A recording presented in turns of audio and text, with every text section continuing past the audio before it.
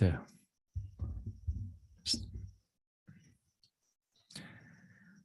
Kayena waca cittena pamadena maya katang acayang kamame bhante buri panya tata kata kayena waca cittena pamadena maya katang acayang kamame dhamma sanditika akalika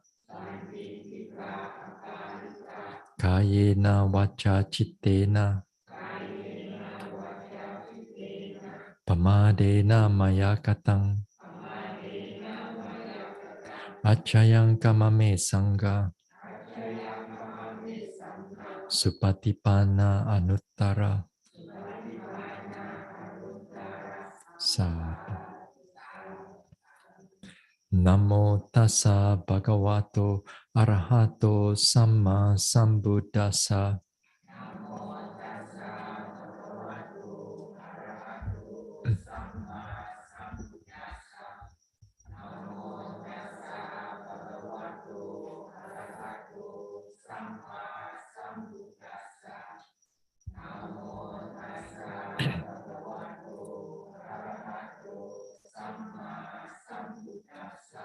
Buddhang saranang gacchami. Dhammang saranang gacchami. Sanghang saranang gacchami.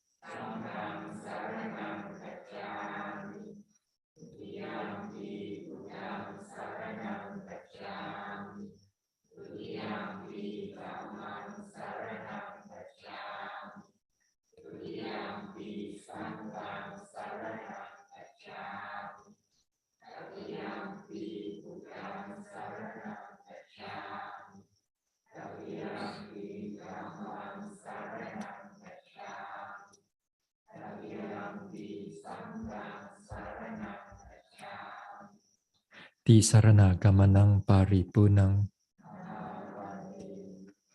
panatipata veramani sikkhapadang samadhiyami.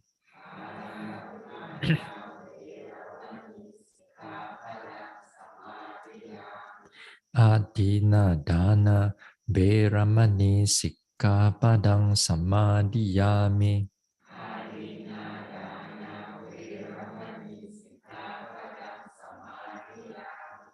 Abrahmacharya veramani sikkhapadang samadhiyami.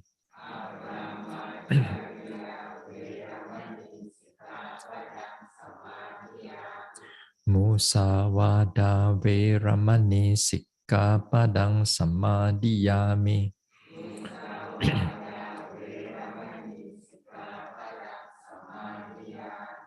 Surameraya majapamadatthana veramani sikkhapadang samadhiyami.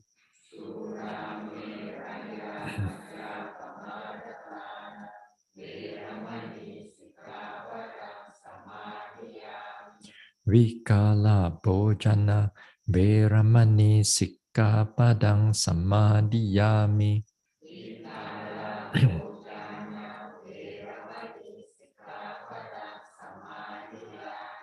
Nacha Gita Wadita Visukadasana Malaganda Vilepana Dharana Mandana Vibhusanatthana Veramani sikkhapadang samadhiyami. Uchchasayana Mahasayana Veramani sikkhapadang samadhiyami. idang me silang maga palanyana pachayo hotu appamadena sampadeta sa.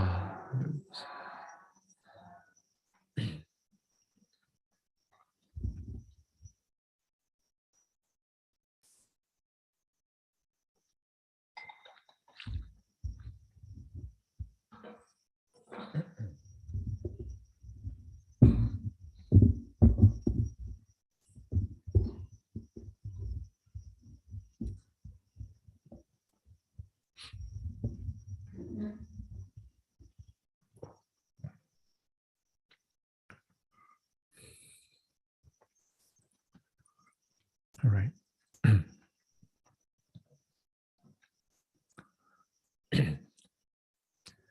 Let's start off with some guided metta.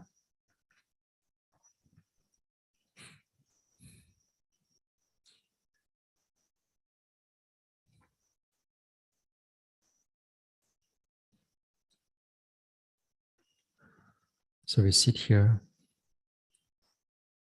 we let go of all the vipassana objects.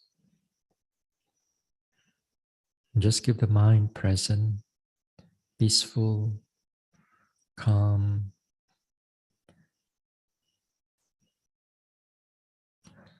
Let the body relax. Relax on top of the head.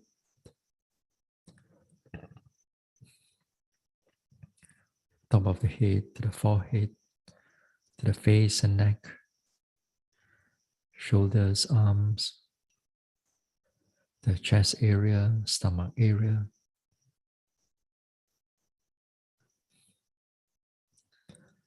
to the buttocks, to the hips, thighs,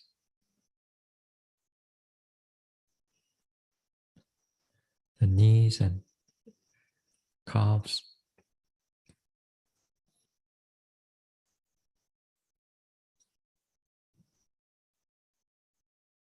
the soles. So relax the body, keep the mind alert and peaceful.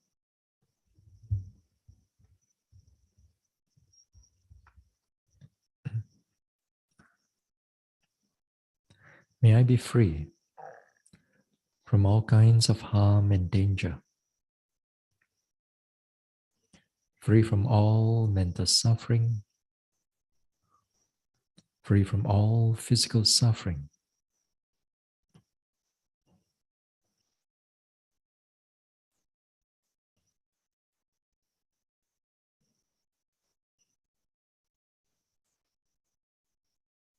May I be peaceful.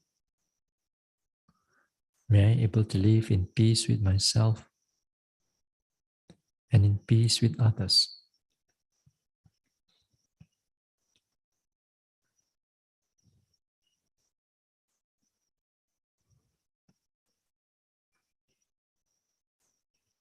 May I be well. May I be healthy. And may I truly be happy. May I be free from all kinds of harm and danger, free from all mental suffering, free from all physical suffering.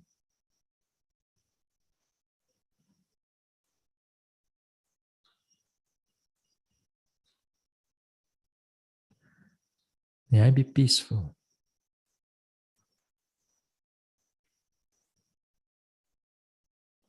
May I be well. May I be healthy. And may I truly be happy.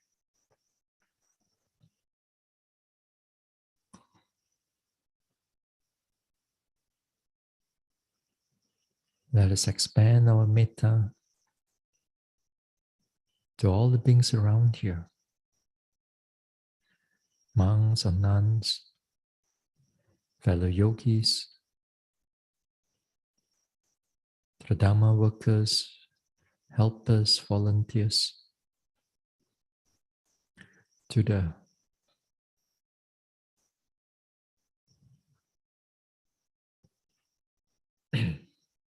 all the donors, the sponsors,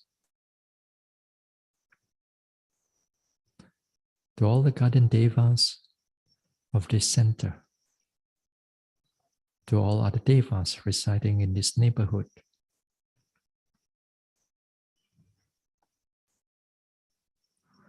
to all the petas, and to all the animals, big, small, seen or unseen.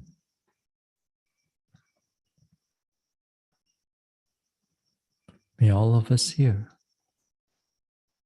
be free from all kinds of harm and danger,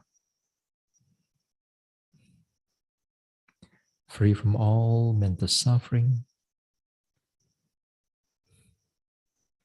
free from all physical suffering.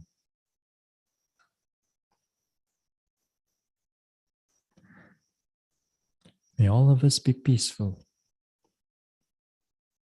be well, be healthy, and may all of us here truly be happy.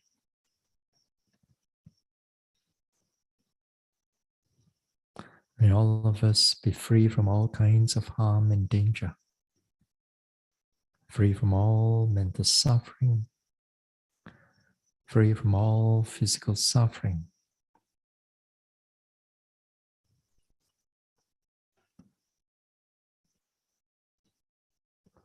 May we all be peaceful,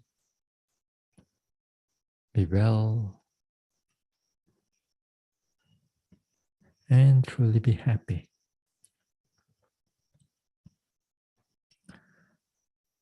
Now let us expand further. Expand to all the beings in this country, humans or non-humans, devas or petas, animals big, small, far or near, seen or unseen.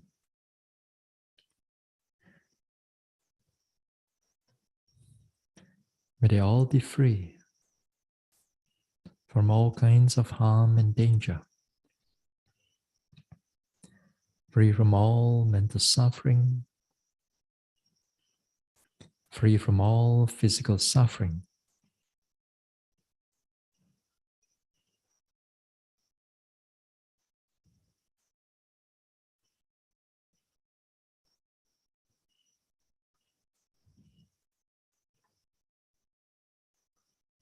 May they all be peaceful.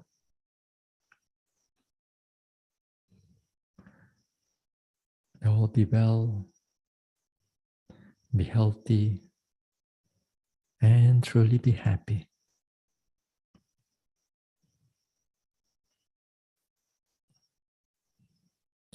Now let us expand our metta, reaching out to all the beings in this world.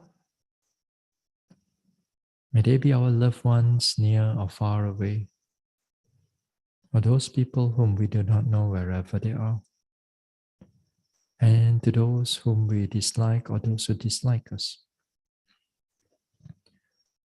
To all the guardian devas, to all the guardian devas of the Buddha Sasana, to all other devas residing in this world,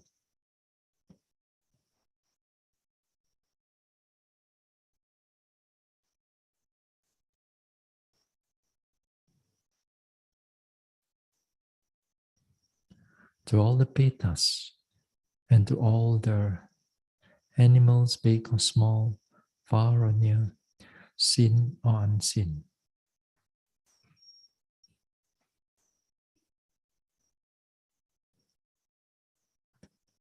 May all beings in this world be free from all kinds of harm and danger, free from all mental suffering, free from all physical suffering.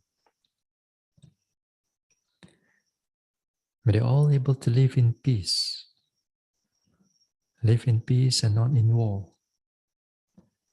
live with kindness and compassion, and not in cruelty or violence. May all beings be peaceful. May they all be well and healthy. And may all beings truly be happy. May all beings be free from all kinds of harm and danger. Free from all mental suffering. Free from all physical suffering.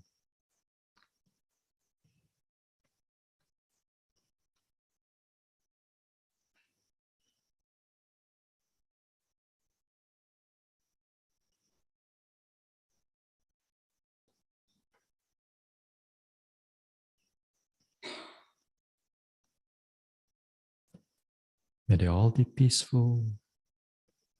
May they all be well. And may all beings truly be happy.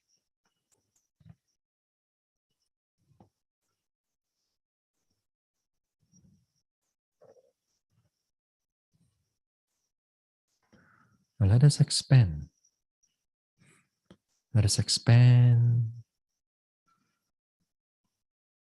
our metta, reaching out to all beings without exception, without boundary. All beings in this universe or universes, all beings from the highest planes of existence down to the lowest plane of existence.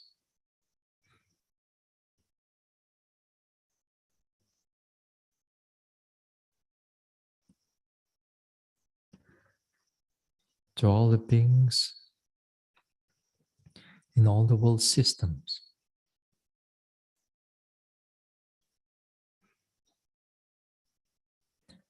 May all beings without exception be free from all kinds of harm and danger, free from all mental suffering, free from all physical suffering. May all beings be peaceful, able to live in peace with themselves and in peace with others.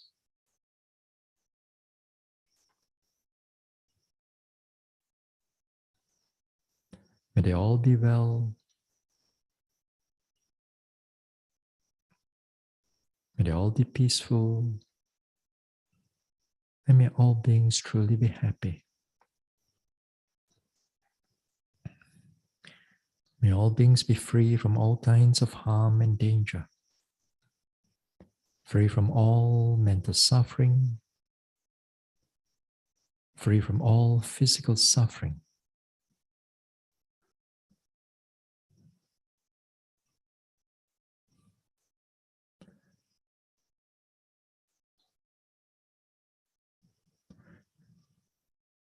May all beings be peaceful.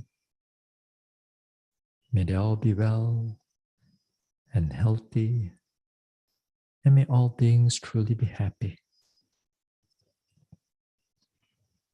May all beings be peaceful. May they all be well. And may all beings truly be happy.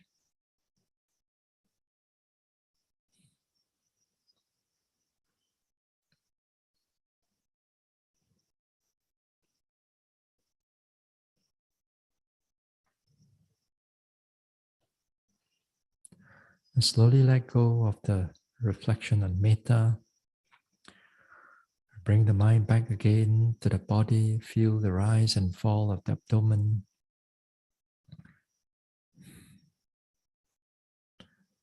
Feel the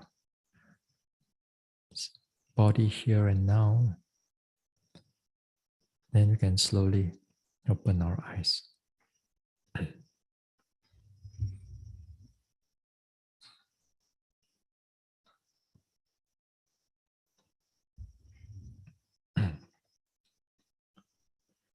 Hey, who used the oil? You are. Oh, the oil so strong. This one, yes.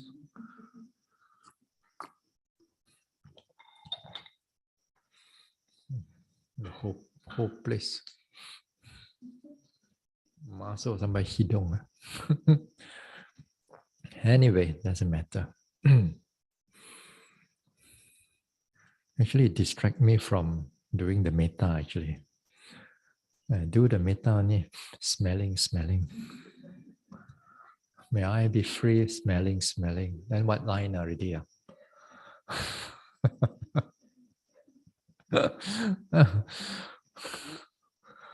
All right. So, last week we talked about. Oh yes, before I forget, tomorrow's interview is the same like Saturday. So the one that Saturday still we use. All right. So last week we talked about on the Sīla. Yeah. On Friday, as I mentioned, that Sīla, they are one of the last on Thursday we talk about Sīla as an intention. And then Sīla as mental factors, wholesome mental factors, of course. Here, the wholesome mental factors may be, for example, like your actions is determined by compassion. Determined by compassion. So whether you take the precept or you don't take precept doesn't matter. Right? Determined by compassion. Because of compassion, you do the action. Because of compassion, you you do the action or the speech comes out. Yeah? And then what else? It can be determined by metta also. Yeah. If you sincerely word it out, for example, may you be safe. May you be happy. Or determined by mudita. Mudita means you appreciate other people's happiness or other people's success or other people's accumulation. Because of that, then we appreciate or we are happy for their whatever accumulation, spiritual material that they have. For example, like when we say sadhu, that also is a kind of mudita, but a lot of times it becomes just like somebody do good, we say sadhu, but no more, not much of a feeling anymore. But the mudita is appreciative. That means somebody do something wholesome, then we rejoice in others' wholesomeness and others' action, wholesome actions. Yeah. So with that, if we sincerely mean it, then it's a kind of sīla. It's a wholesome speech. Yeah. So a lot of our actions not only just necessarily are determined by the four Brahma Viharas, but also can be determined by maybe like wisdom. Actions like, for example, if this action is wholesome, you know that it's wholesome because you know that there is a cause and effect, for example, then perhaps you do the action. Then you do the action because you understood it as something is wholesome. So it's good for you. Yeah?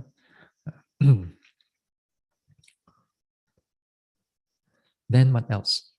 Yeah, something like this. So today, the third type of sīla. The third type of sīla is sīla as restraint. Sīla as restraint. That means this one will be connected to prevent ourselves from doing the unwholesomeness. Prevent ourselves from doing unwholesomeness through speech, through actions, or through thoughts. And within this Sīla as a restraint, morality as a restraint, then there are 5 types of restraint. And again, here, we have done it quite a lot. Yeah? Now, the first type of restraint is called the Patimokkha restraint. Yeah?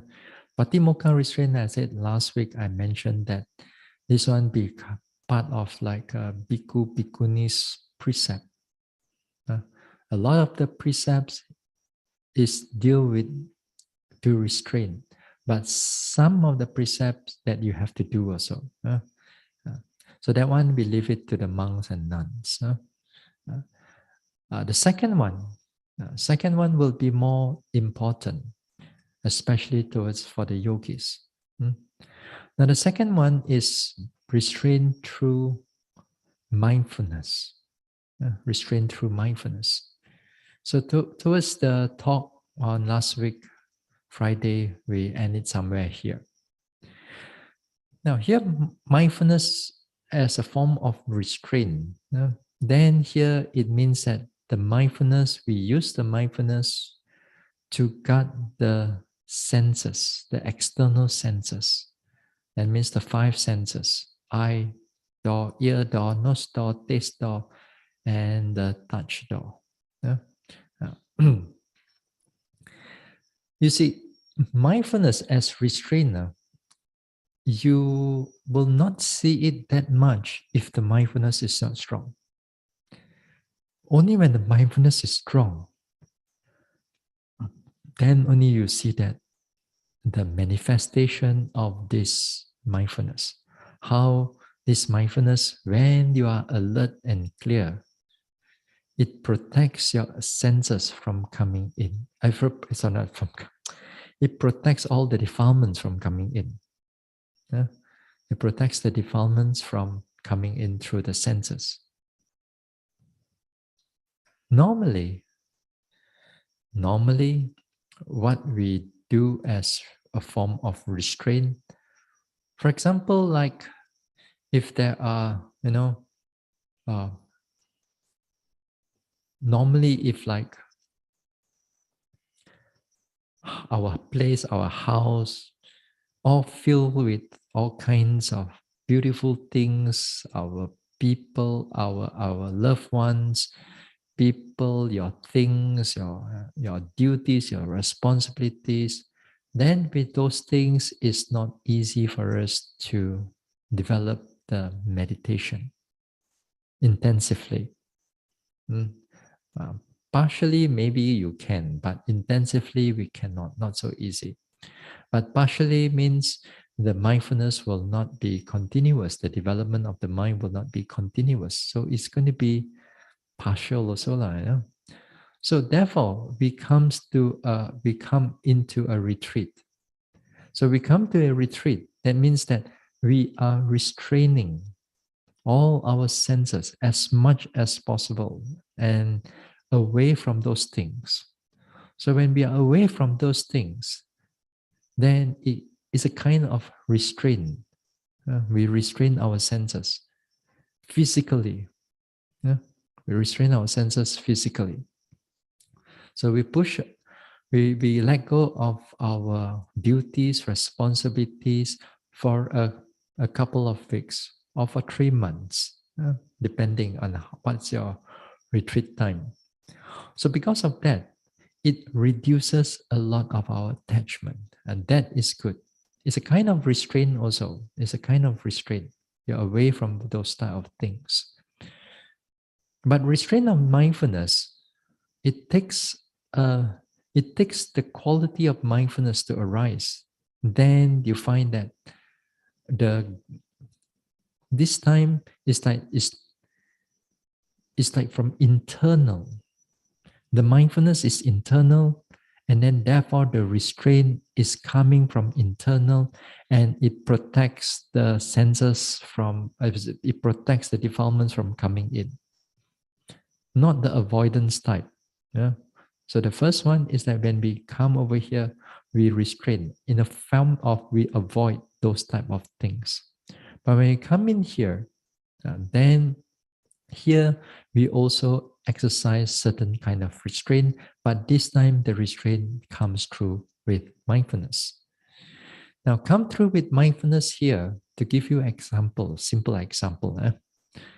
Let's say your walking meditation. Now, when you do your walking meditation, sometimes if you do your one face walking meditation, then when the mindfulness is not that deep yet, or the clarity of the mind not that deep yet, you tend to walk, and then you see somebody, you see outside, you see the trees a little bit. Then after you walk again, walk. If your mind is restless there, then your eyes, you'll see that your eyes will keep on looking here and there already. Then after that, you feel that you want to go outside and take a walk, take a breather, see the birds and trees for a while. So the mindfulness is not that strong. And the mindfulness is not that strong at this time. But when you come to your slowest phase, let's say you do your 3 phase, 4 phases, then that time when you're actually paying attention to your object, lifting, pushing, dropping, and you label it, and you actually able to notice something, and those objects are clear to you. At that time, you find that your eyes, your ears you're not so interested in outside things when things are clear to you. When things are not clear, then after that, you start looking there again. So when things are going well, when mindfulness is going strong, you find that the eyes is not interested in all these outside things. Even there's a little bit of sound, the eyes is not going to check it out and to think of who is it. It's just keep on noticing the steps, the sensation, the whatever that's manifesting in your lifting, pushing, dropping. So that time you see that your eyes and your ears are much more guarded. Why? Because of mindfulness. The manifestation of mindfulness, when it's strong, you see that the mind, the eyes, and the senses are not interested in all the other objects. Doesn't mean it don't know. It doesn't mean that your mind don't know. You know something is there. Even as sometimes like you're walking very thoroughly in your observation, then there's something that's moving there, and you are not so interested in looking at those things. Your eyes is still 5 or 6 feet in front of you, and the observation is still going on with the thing. So here, therefore, here is that the mindfulness itself, it becomes guarding. So it guards the senses. It guards the senses. So therefore, when the mindfulness is clear, it guards in so many ways, even like when you're eating also the same thing, especially the taste. So here when you're chewing and you're paying attention, and let's say that time you're more thorough in your noticing, then when you're chewing, biting, and noticing how the jaws are moving or the tongue is moving, and then that time you find that you're not so interested in what you're eating. As long as it doesn't check at you, it goes inside you too hard, and then okay, everything allowable to swallow down, then fine. You don't. It's okay. You're not so interested whether how people cook this thing, how much in this way. We just makan only, mindfully, clearly. But the moment that next week when you go back, different already. When you makan, you want to know who cooked lah, how is it being cooked lah, what is there lah, what the ingredient there. You kepo already lah. Mentally, But here, if you're mindfully paying attention, you're not so interested in how is it, as long as it can be eaten properly. You don't feel anything that is wrong Not the taste is something very funny taste or something spoiled or something like that. I mean, it's just normal. Then at time, your mind is not so interested in what is all this type of thing. You just eat on it. That means at time, the mindfulness is guarding the senses. The senses here is the tongue. Yeah? I pay attention to the movement, swallowing, and everything until things disappear. Then you take a scoop again. Yeah? Then you'll notice that when you are more, when the days when you are mindful and you're clear, you'll find that also that time when you're eating also, you also don't eat that much. Naturally, because of the biting, chewing, you're mindful of those sort of things. Then when you feel that it is good enough, then after that we give up on eating. Yeah? Uh, Now, in the process of mindfulness as a guarding of the senses, but just so happen you see something or you hear something. Just so happen you hear something or you see something. As I said, when your mindfulness is sharp and clear, together with other concentration, their optimum level, your mind quickly come back to the senses. Quickly come back to the object of your meditation, which is lifting, pushing, dropping, or whatever, rising, falling, and whatsoever. Yeah? During that time, I said, although you know it, but you don't know what is it, exactly know what the whole thing are. Yeah? Here, the Dhamma, especially the Buddha also described that what we call, what's the word now? We should not apprehend the signs or the particulars of the object, the signs or the particulars of the object, or the features of the object that is being seen or being heard or being tasted. Yeah? Here, what it means is that you see, when you are out there, when there's not much of mindfulness, as I said, that when you see somebody, you automatically know exactly who they are from far. Even the person is not the person, but it looks so same, so similar, you already think that it's the person also. Because the shape of the person, it looks so similar. Or the person, how the person walk, or even the person's voice. So even you don't see near, but from far you can able to know that who the person is. And how is that so? Why is that so? It's because of our perception. Perception of our mind already marks all the features, external features of the person. How the person walk, the shape of the person, the hair of the person. These are called apprehending the sign, apprehending the nimitta here, the sign, the external signs. So the moment we apprehend the external sign, perception is already there. We perceive it already there. And multiple perception, especially like through the eyes, a multiple perception is there. The shape of the person, the hair of the person's walking, all these kind of things. Then the moment we perceive it, after that the perception forms a name already, who they are. So it's very quickly for the mind from perception and then comes up to name after all the thinking carries on with that. So too, when you are looking at something which is beautiful, even you do not know the person or the thing, but it's something beautiful to you, something unique to you.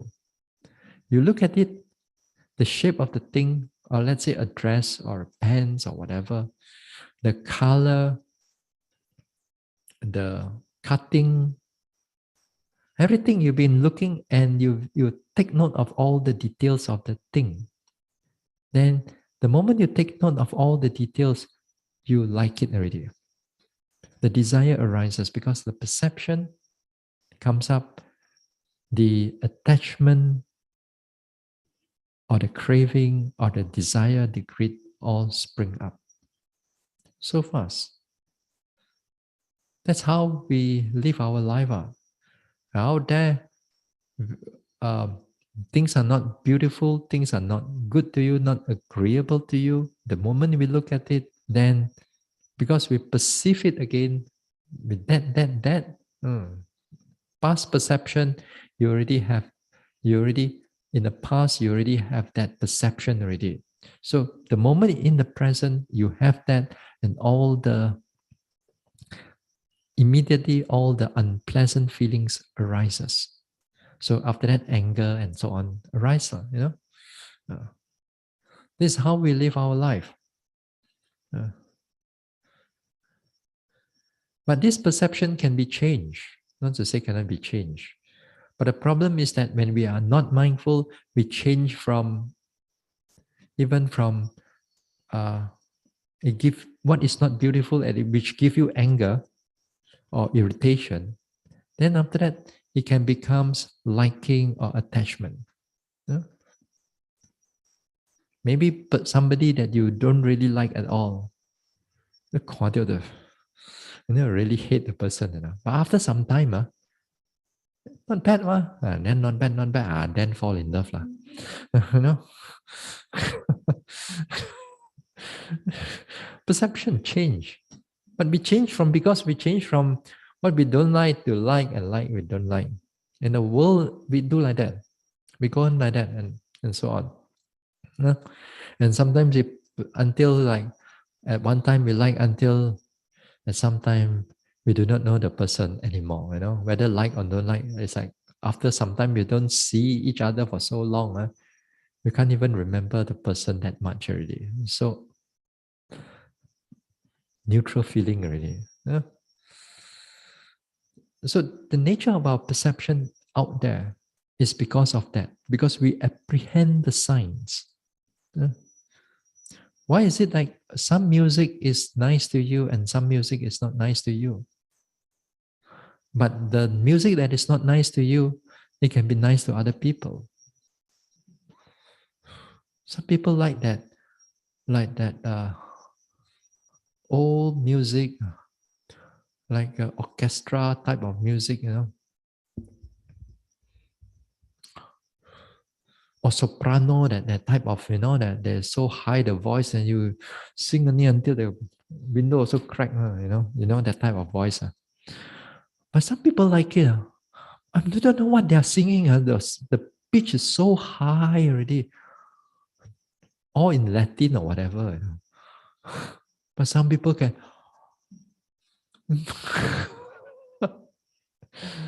Just like, or sometimes like you and your niece or nephew or children, they like all the rock, ping, ping, bong, bong, ping, ping, bong, bong.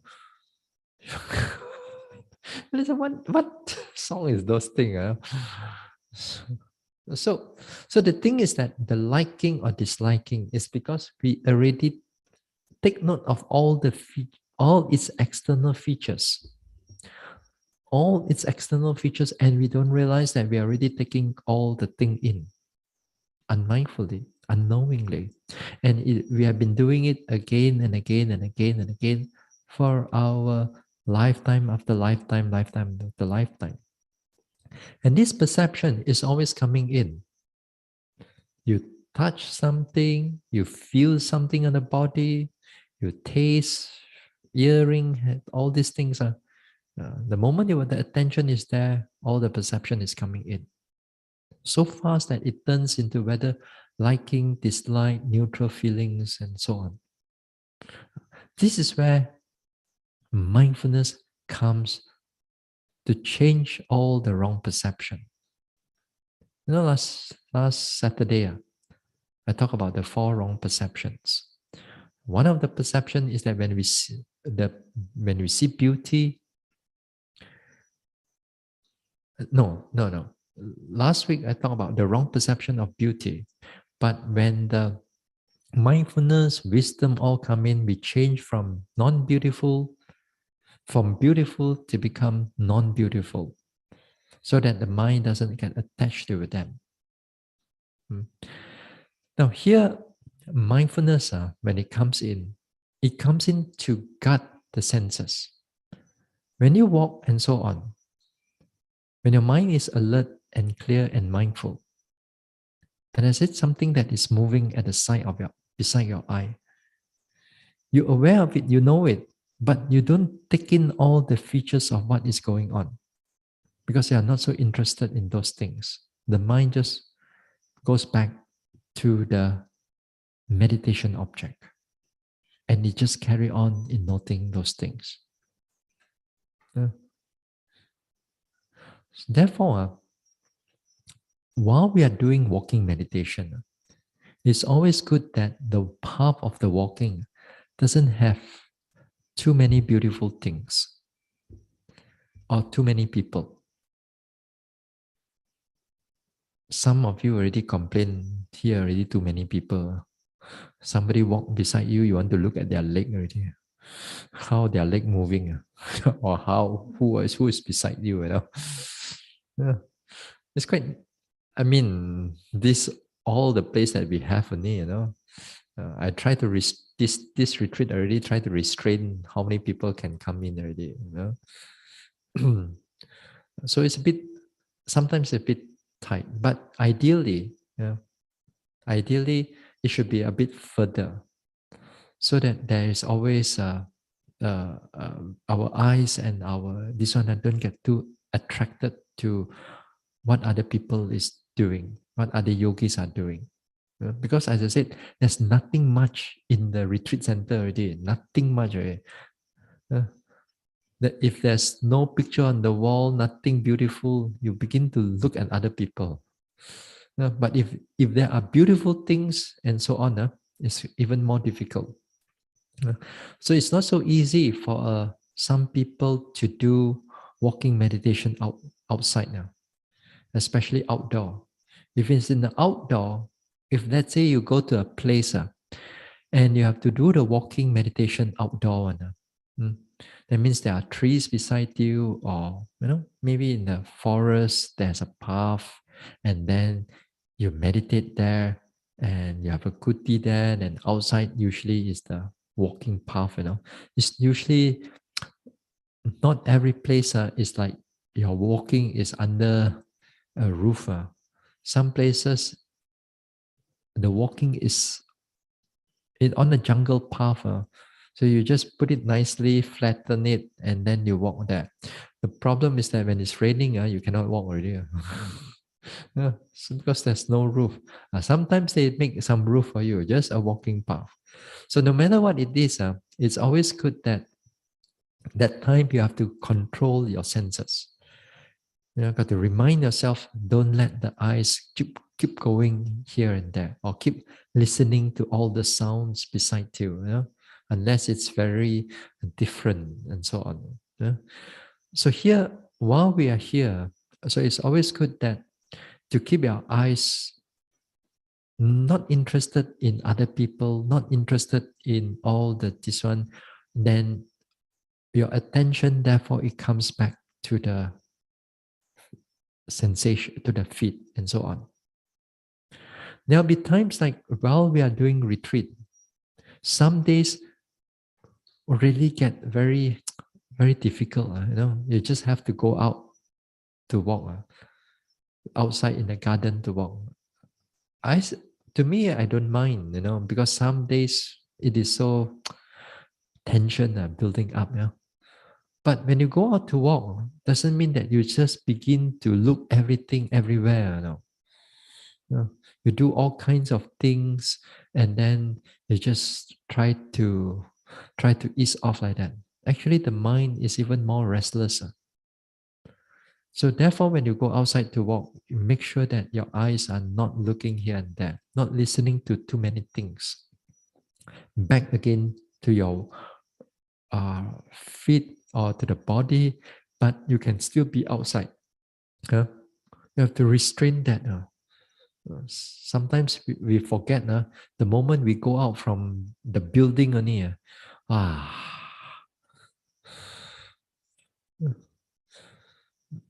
So be careful. So just restrain the this one with mindfulness.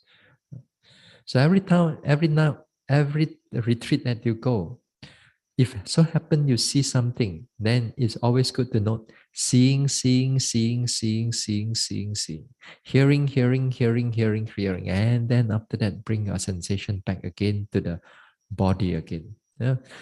Don't flow into the seeing. The moment that you go into the seeing, after that there's a lot of thinking coming up because of the process of perception and feelings and all the thinking starts popping up. So restrain the eye. So not seeing, hearing, touching, tasting. Now, if you so happen to notice this sensation that is coming up in the senses, for example, let's say you notice the taste, and this time you notice tasting. Now, here you pay attention to the tasting. And when you pay attention to the tasting, you feel sometimes the feeling that arises to it also with it. And the feeling that arises within, let's say it's a pleasant feeling, then that time you note pleasant. Doesn't mean that because you note now, doesn't mean the pleasant feeling won't come in. It will still come in. Because maybe the mindfulness not strong enough. But sometimes again, the moment that you notice the feeling, you notice the mind that start thinking about what you are eating. Because the mind that starts thinking about what is eating, let's say you're eating a piece of chicken there, and you're biting on the chicken. Then you start to know that the mind is thinking about it, and that is chicken. And that time, you got to note thinking coming in. And then after that, the process of the thinking that is going on after that, you should follow the noting also. And this is interesting because right now, you begin to notice the conditionality of things that the moment there's a tasting is there, feeling arises. The feeling arises, thoughts arises, liking arises, disliking arises. If you pay attention to those things, so you pay attention to those things, you see that the process come up one after another. And when it happens in that way, then we are noticing in a way of Dhammanupassana. We're looking into the way of Dhammanupassana. One, the senses condition something else to arise. Liking to arise, or feelings to arise, or thoughts to arise. So if you pay attention to them closely, and so too, the seeing process also the same thing. So happen you notice seeing, you notice sensation arises, you notice thoughts arises. Then sometimes it cuts off, you go back to your sensation, then fine, well and good. Then there's a continuity of mindfulness from your walking to your seeing back to the walking again without breaking. So it's wonderful. So if happens to stay with it for a longer period of time, say for example, the hearing one usually, it stays with it for a bit longer period of time, not hearing, liking, thinking, memory. Then after that, if the music disappear or the things disappear, then after that you let it go back again to the noticing of whatever that you are noting. So there is there is a continuity, and also there's a lot of happening inside there. So pay attention to those things. So not seeing, hearing, smelling, like that. So this is how we use mindfulness as a guardian, as a form of a restraint. You restrain all the senses. Even when you're able to notice them, even the craving arises, because you know it, very fast the craving disappear. Very fast the liking or the dislike will disappear. Then all the mindfulness will be there. So it's good for you to do all these type of things, but usually yogis don't do these type of things. Don't know whether they are lazy or whether they don't know. This is not the first time I talk, this one for this one. Anyway, next one. The third type of restraint is restraint by wisdom and or restraint by knowledge. Wisdom or knowledge here. Here, knowledge means you have right teachings. Right teachings, for example, teachings of the Buddha, uh, uh, or even the worldly teachings also, which is also can be wholesome. Say, for example, you want to kill something. Yeah. But you don't think about your precept, but you think about there's such a thing as, if I do this killing, there's such a thing as karma. There's such a thing as unwholesome, unhappy resultant will arise in this life or in the future. Because you think it in this way, you prevent yourself from killing. Then this is called restraint by wisdom or restraint by knowledge. Right knowledge. You restrain it by right knowledge, which is good. Uh, uh, you know that, for example, like uh, while we are here, then you start talking to other people and so on, or you start playing with your phone and texting and looking at other things. Then when you notice these type of things, the desire may perhaps come up that you want to do it, but you because of the knowledge of the past that you have, that when I do this thing, wow, my mind is so restless, I cannot meditate for so many hours and so on. So you restrain from taking up your phone. Yeah, which is good. Because this type of phone, wow, now is so difficult. It's near to an addiction already. For a lot of people. Yeah. Yesterday I was going through a YouTube on the people talk about games addiction.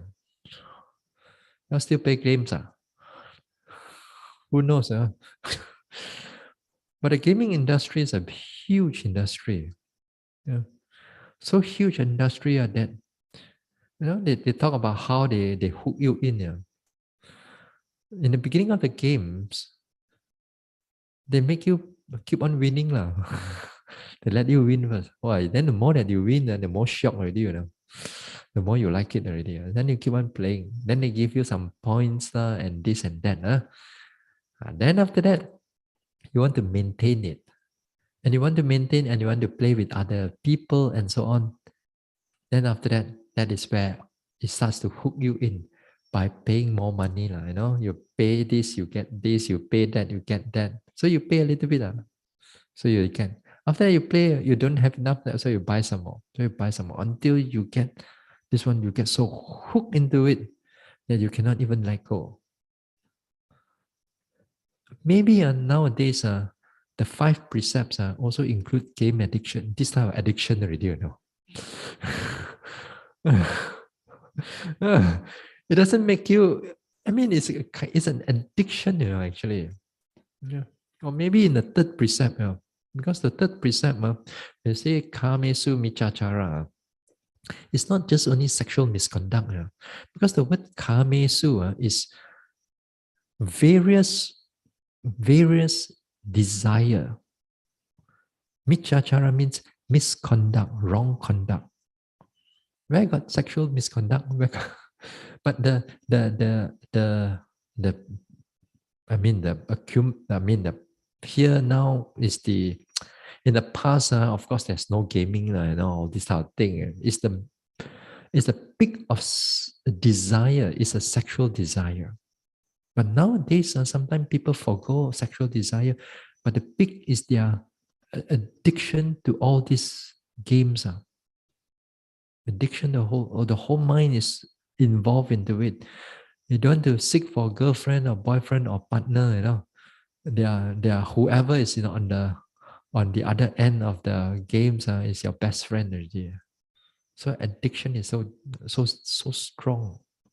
Uh, uh, eh, Hey, talking about this industry, they says that each one spend sometimes it mentioned that the YouTube mentioned that there are very few. I mean, there are people who spend up to 200,000 USD for the gamer playing the game. You can buy a house already. USD. Oh, crazy. This people. The addiction is so strong nowadays. And in the past also, I've seen videos about children in China. The addiction is so strong that they have to send some of these children to a camp to remove all this addiction. Like you have alcohol addiction or you have drug to rehabilitate them, to make them proper again. So, so strong. I mean, isn't that addiction right here? So actually, it can fall under on one of the precepts. Actually, one of the five, one of the five precepts. Maybe not number five. Maybe number three already. Now, so strong. Anyway, knowledge by understanding its consequences. We understand that the consequences give us bad or unhappy result. Then we prevent ourselves from falling into that trap. We prevent ourselves from falling into that trap. That is good. And in many ways in our life, we know that these type of things, a lot of times we use our intelligence, our this one to remove ourselves from doing all kinds of unnecessary things. But nowadays also, especially the young adults, teenagers, when they connected to social media and so on, they post everything up now. Actually, it's a form of the psychological form of what you call narcissistic behavior. Narcissistic means that you want to show off yourself to other, and then you kind of like you fell in love. Not to say you really like what you do and you like yourself in that way. Then after that, you want to tell everybody. Sometimes monks or nuns also like that now. I've seen that monks or nuns want to fly here and there. They take the whole ticket to show people. I say it's no good nowadays. People can take all the info to do all kinds of wrong things because your ticket has a lot of info in terms of barcoding and QR code. So these are things it's not good. But the thing is that it's not because people can scam you in the thing, but it's because you want to tell the world where you are going. You tell the world where you are. You go in the beach and then you take a photo of yourself. Look, here I am. Then you post it to the world and your friends to see you. Then everybody give you a like and love. Then you feel good. That's how we feel good nowadays. It's how they feed on these type of things. And the problem is that it's the opposite. When you don't get the good, you get a lot of dislike and so on. Then you go into a mental depression. People go into mental depression because somebody comment on their Facebook or whatever, and a lot of dislike more than the like. Depression. You laugh lah, but it's real. This is real happening in the world right now. And we are, and a lot of times we are addressing on the minor and these sort of things, but a lot of things are happening in the modern sense that very much to do with non-understanding, a lot to do with their ego, a lot to do with their this thing. If all of you over here, let's say something like his age, which is only 21 only, then the rest of you, I mean, if the talk, I mean, if the audience is like around that age, late teenage or teenager or early 20s, then my talk will be totally different already. All the example will be something like that already. Games, although I do not know much of it, But the thing is that we grew up in a time set where gaming industry starts to begin. Yeah. Where when I was young, we have that. You go to the game arcade, you put 20-cent coin and then you ding ding ding ding. We play that type of game. You've seen that before? We play this type of game. That time, the gaming industry, something like that starts. And then slowly it moves into the electronic and so on. Those before that, it was mechanical in a sense. So nowadays, things are very different. So therefore, in a sense that although I'm not into that now, after all, but I've seen the moment I've seen these type of things, people are suffering because of that. They don't see the consequences of whatever they posted up, whatever that they do. They follow the crowd, they follow the peer pressure, they follow the social pressure, whatever. Because of they do, you want to do also. Without a layer of filtration there, without the knowledge or the wisdom to filter there. They don't want to listen to too much of the elderly people, what they talk. They say, you are not grown up in the digital age, You're all dinosaur. Dinosaur. So it is a big problem. It's a big problem with this type of digital world right now. We do not know where is that we use the digital for the sake of whatever that we need to do. But nowadays we overuse it and so on. But if you underuse also, very difficult for you to be alive, today. Nowadays, you order food, not all the time you walk to the shop, you just 来了. You take a flight ticket and see, nowadays, the flight ticket is that they don't issue ticket, everything is in the phone. If you do not know, simply you touch, boom, your ticket gone. Or you can change your date or you change your itinerary. So a lot of times we see that a lot of more elderly people, they begin so afraid of using digital thing. Even right now, like parking. When you're parking a car, some places we don't use the coupon and all anymore. We use everything is digital. You just put your number and they already. They already know how to deduct and everything is there ready for you. I mean, I don't have car, and but I sit beside them, I see what they do, The problem is sometimes they do not know what to do. They ask me how to do. They ask me how to put in the number, how to deduct the this one, whether enough money or not. But I know since we are using phone and all that, I just look around a little bit. We know what to do already. But anyway, the thing is that the thing is that a lot of people fear, especially as we get older, digital way of how things are moving is a very fast manner. Nowadays, like for example, you want to earn money. I mean, you want to earn a lot very fast. You have to go in online already, internet and all things. But when it goes down, you also a lot of problem. Like nowadays, like Bitcoin, the craving for it now. The one thing you don't see any physical money. You don't see anything in the bank, but you see everything is going up. But when it goes down, everything just goes down very fast. Like for example, like yesterday, I read somebody again, like they call it NFT.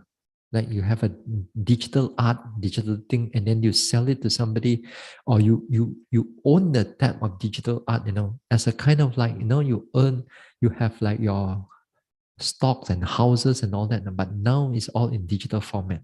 So you have those things. So those things are the prices can go up and down. So when they bought that thing, let's say a piece of digital art, it cost like 1 million, and it was very famous. And yesterday, the whole thing went down to $40. So fast. All your investment all gone. But when you want to go up, it can go up very fast. But when it go down also very fast. So a lot of people fear of all these kind of things. So because again here, we don't have the desire, the attachment, the strong addiction, and so on. We don't have the filter anymore. A lot of times we do not know where to filter the whole ourselves, to pull back ourselves from doing all these type of things. Yeah? So you got to be careful out there. Yeah? The addiction is very strong. The consequences can be very unpleasant, very unhappy. So therefore, we use certain worldly knowledge and certain wisdom, spiritual wisdom that we have due to our practice about understanding about mindfulness, about desire, about anger, and so on. So we restrain ourselves from going further. If not, if we act on those things, then there will be a lot of unhappiness. Even if we have some worldly wisdom that we can prevent ourselves, also is good. So wisdom in the form of as a kind of restraint, that would be very good. The next one, restraint as patience. Restraint as patience. Patience here means like you have to bear up with all things that which is unpleasant to you, external things. Here, like for example, hot or cold, mosquito, and so on. People, other yogis also. Like hot and cold. You see, like in places, especially like Burma, Thailand, and all that. They can be very hot, especially like March, April, May, June. And especially like March, April, or May. It can be tremendously hot. Sometimes can reach up to 40 degrees. I stayed there for one summer enough already. I mean, here hot. Here hot. At least we got some fan now. There, Burmese, they don't like to turn on fan. They meditate. So many of them there, not even one fan. Sometimes you got like 50 yogi in a hall. Let's say the hall is about twice this size, but 50 yogis sitting there. Not even one fan, and the weather is at 37 degrees Celsius already. As hot as your body already. Oh, and they love to meditate like that. And you sweat, sweat. It's like a sauna. And usually for Malaysian, the more you don't have to tell me that you are Malaysian, we already know that. Mostly you are Malaysian already. By whether you sit down, you turn on the fan or not. We go there, we see the yogi turn on the agak Malaysian already. Chinese, you look Chinese, Malaysian. Singaporean. Because they love the fan. We all cannot tahan with the fan. We see the fan, we have to turn it on. It's our habit.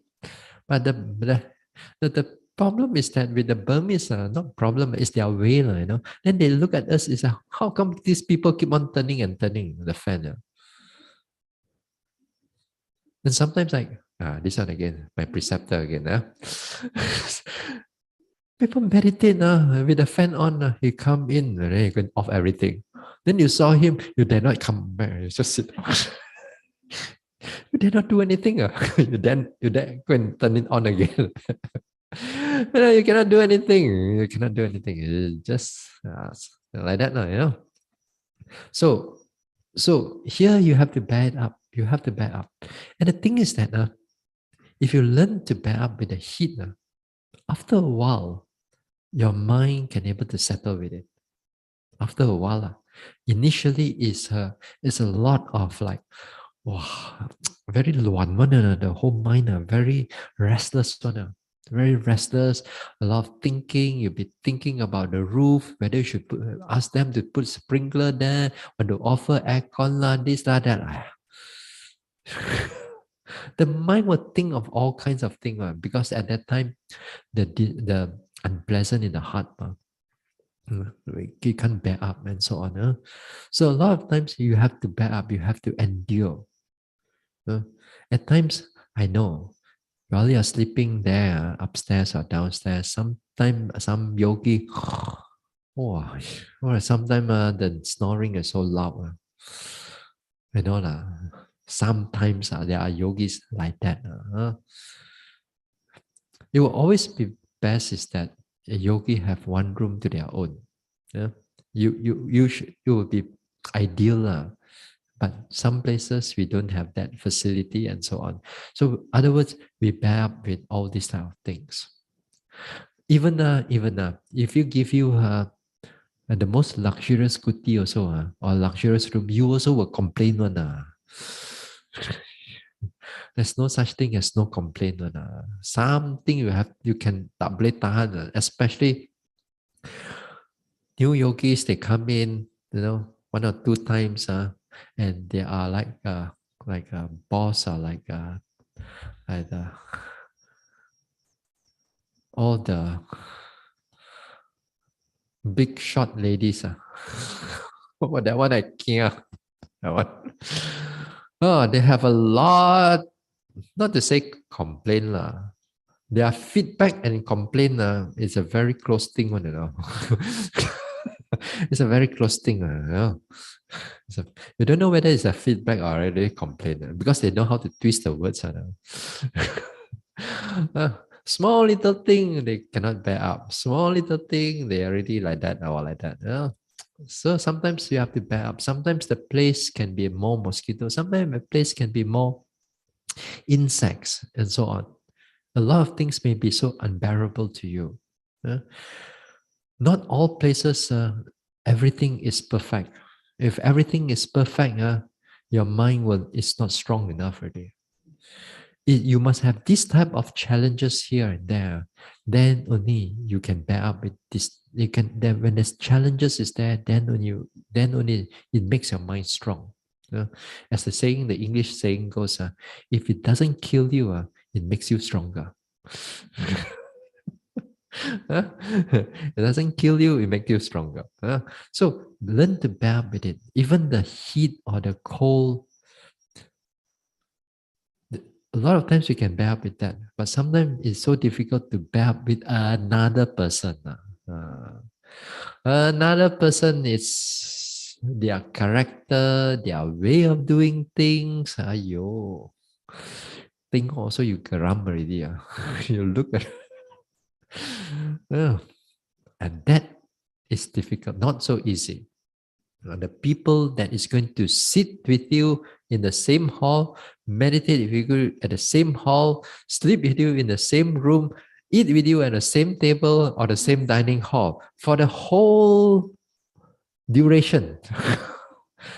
Uh, and again, sometimes maybe you come here for 3 months, let's say, you stay for 1 month already. Oh, things are going well. Then suddenly the person that you really don't like wanna come and meditate with you because you have some problem with her or him in the past retreat already. Then come and yes. Kacau ni. So you see, if you cannot bear up, you're gonna have a problem. So, in other words, when you come to a retreat, small things, small things, don't learn to bear up with it. Yeah.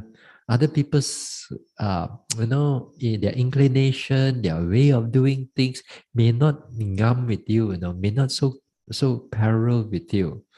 Some yogis like to talk a little bit more. Some yogis do all kinds of funny things. But of course, if too much, too disturbing already, then this one. But sometimes even they are not disturbing, just because they're slightly different from you, you get very upset. So a lot of times you have to learn to bear up. I cannot emphasize this one a little more. Because you learn to bear up, it helps you when it comes to your meditation time. And you have to bear up with the pain and tension and so on. That also, in a way, it's helpful. So a lot of things you have to bear up. Okay, so we stop here for tonight. We'll continue tomorrow.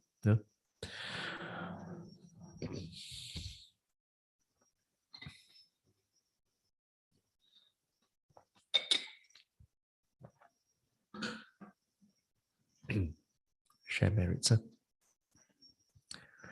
Idang me bawanang nibbanasa pachayo hotu. May my mental cultivation